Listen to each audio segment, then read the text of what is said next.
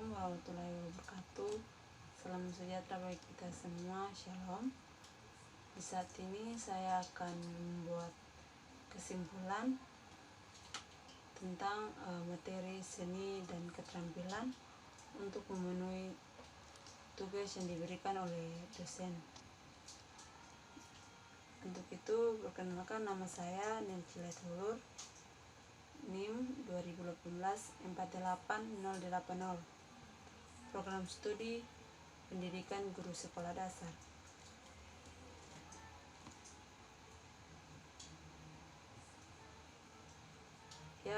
Kita masuk pada materi.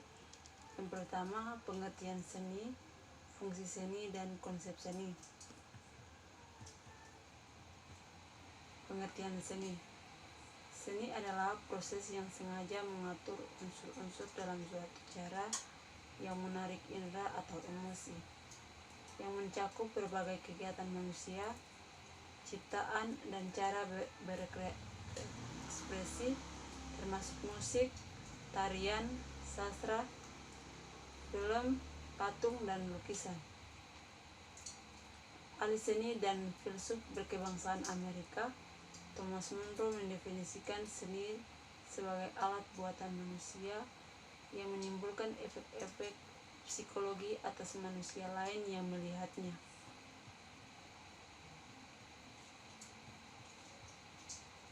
Fungsi seni terbagi atas beberapa bagian.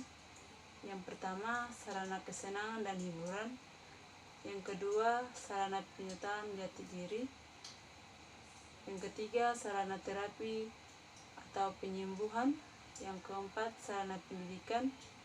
Yang kelima, sarana pemulihan ketertiban. Yang keenam, sarana simbolik yang mengandung kekuatan magis. Konsep pendidikan seni. Pendidikan seni adalah segala usaha untuk meningkatkan kemampuan kreatif, ekspresif anak didik dalam mewujudkan kegiatan arsiteknya berdasarkan aturan-aturan estetika tertentu. Selain itu, pendidikan seni di SD bertujuan menciptakan cipta rasa keindahan dan kemampuan menghargai seni. Pengertian estetika. Estetika berasal dari bahasa Yunani aesthetika, yang berarti hal-hal yang dapat diserap oleh panca indera. Estetika adalah ilmu yang membahas keindahan, bagaimana keindahan bisa terbentuk, dan bagaimana seseorang bisa merasakannya. Teori estetika. Yang pertama, teori subjektif. Teori yang menyatakan bahwa adanya nilai keindahan hanya tanggapan perasaan orang yang melihat karya tersebut. Yang kedua, teori objektif. Teori yang menyatakan nilai keindahan ada pada karya yang dilihatnya. Teori ini melihat keindahan dari komposisi dan unsur-unsur pembentukan karya yang dilihatnya. Komposisi itu antara lain proporsi, keseimbangan, irama, dan kesatuan. Hubungan seni dan keindahan. Seni memiliki nilai estetis atau indah yang disukai oleh manusia dan mengandung ide-ide yang dinyatakan dalam bentuk aktivitas atau rupa sebagai lambang. Hakikat estetika. Majewski 1990 menyatakan estetis berkenan pada suatu apresiasi, bentuk keindahan dan perasaan baru atau kekaguman. Fungsi pendidikan seni. Pendidikan seni sebagai penunjang kebudayaan. Kebudayaan atau budaya suatu bangsa umumnya tercermin dari bentuk karya dan kegiatan seninya. Pendidikan seni sebagai penunjang perkembangan peserta didik. Anak didik merupakan pusat perhatian dalam proses pembelajaran. Upaya yang dilakukan guru dalam proses belajar mengajar bertujuan untuk mengembangkan potensi anak didik.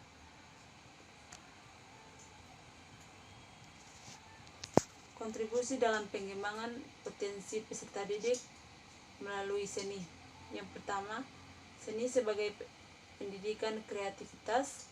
Yang kedua, seni sebagai ekspresi. Yang ketiga, seni sebagai pembina bakat. Ruang lingkup pendidikan seni di sekolah dasar. Melalui pendidikan seni, siswa dilatih untuk mengembangkan bakat, kreativitas, kemampuan dan keterampilan yang dapat ditransfer pada kehidupan kerja sebagai mata pencaharian maupun untuk rekreasi sebagai hobi atau kesenangan. Prinsip dasar pembelajaran melalui seni. Prinsip pembelajaran melalui seni di sekolah menyoroti keunikan dan kontribusinya secara khusus menuju pembelajaran seumur hidup. Bidang utama pembelajaran seni. Ada 4 dalam area utama pembelajaran seni, yaitu seni rupa, seni musik, seni tari, dan seni drama. Yang pertama, seni rupa. Bidang ini memfokuskan pembelajaran pada pencitraan dan objek yang dibuat, ditunjukkan, dan apresiasi siswa. Yang kedua, seni musik. Bidang ini difokuskan pada karya musik yang dibuat siswa dengan mengembangkan kemampuan untuk berpikir dan mengekspresikan diri mereka dalam bunyi. Yang ketiga, seni tari. Pembelajaran melalui seni tari memfokuskan pada kemampuan siswa yang menggunakan tarian sebagai suatu alat estetika, memahami struktur, gestur, dan gerakan untuk menangkap dan menyampaikan gagasan, pencitraan, dan perasaan. Yang keempat, seni drama.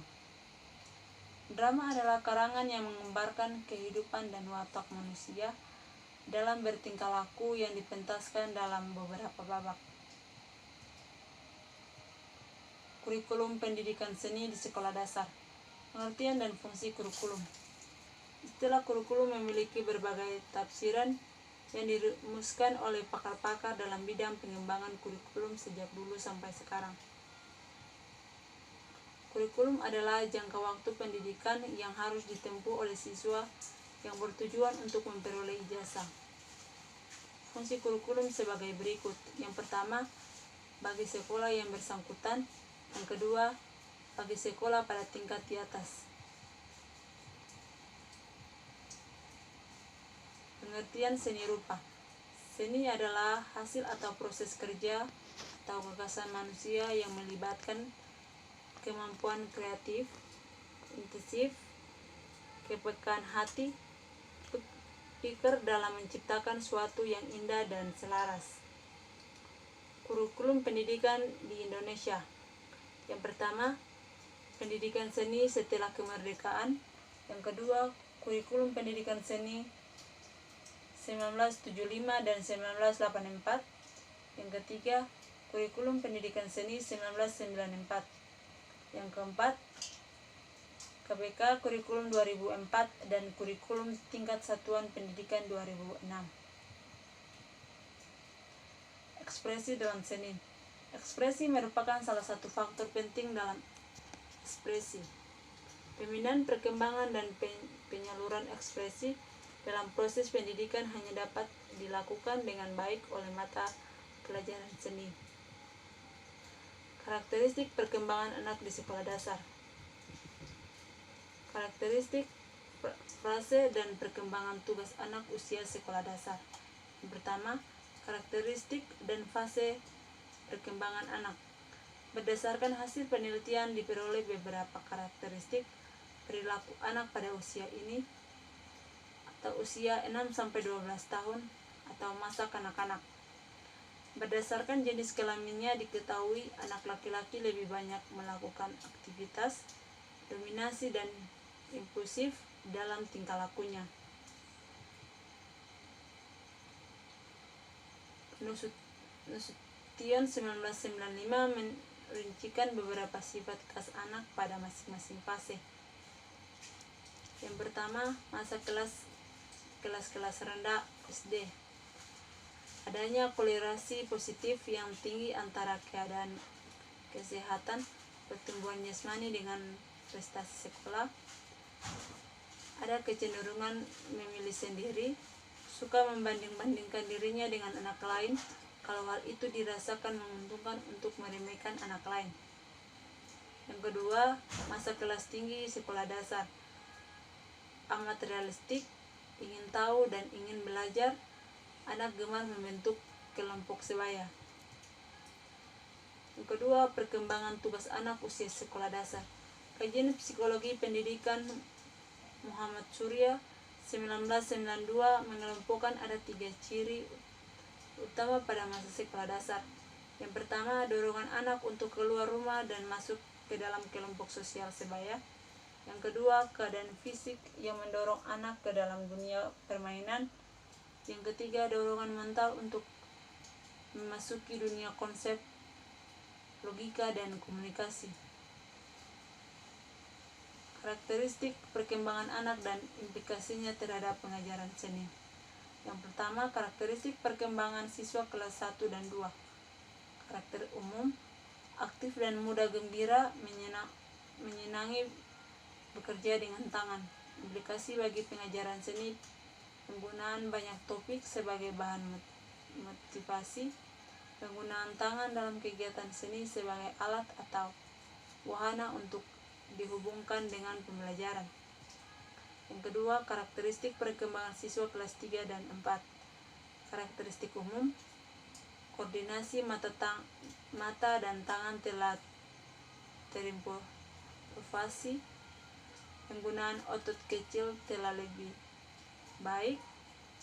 Yang ketiga, karakteristik perkembangan siswa kelas 5 dan 6. Karakteristik umum, mulai tumbuh sikap kritis dan mandiri, tumbuh kegemaran dan mengumpulkan karya seni. Karakteristik seni rupa anak sekolah dasar.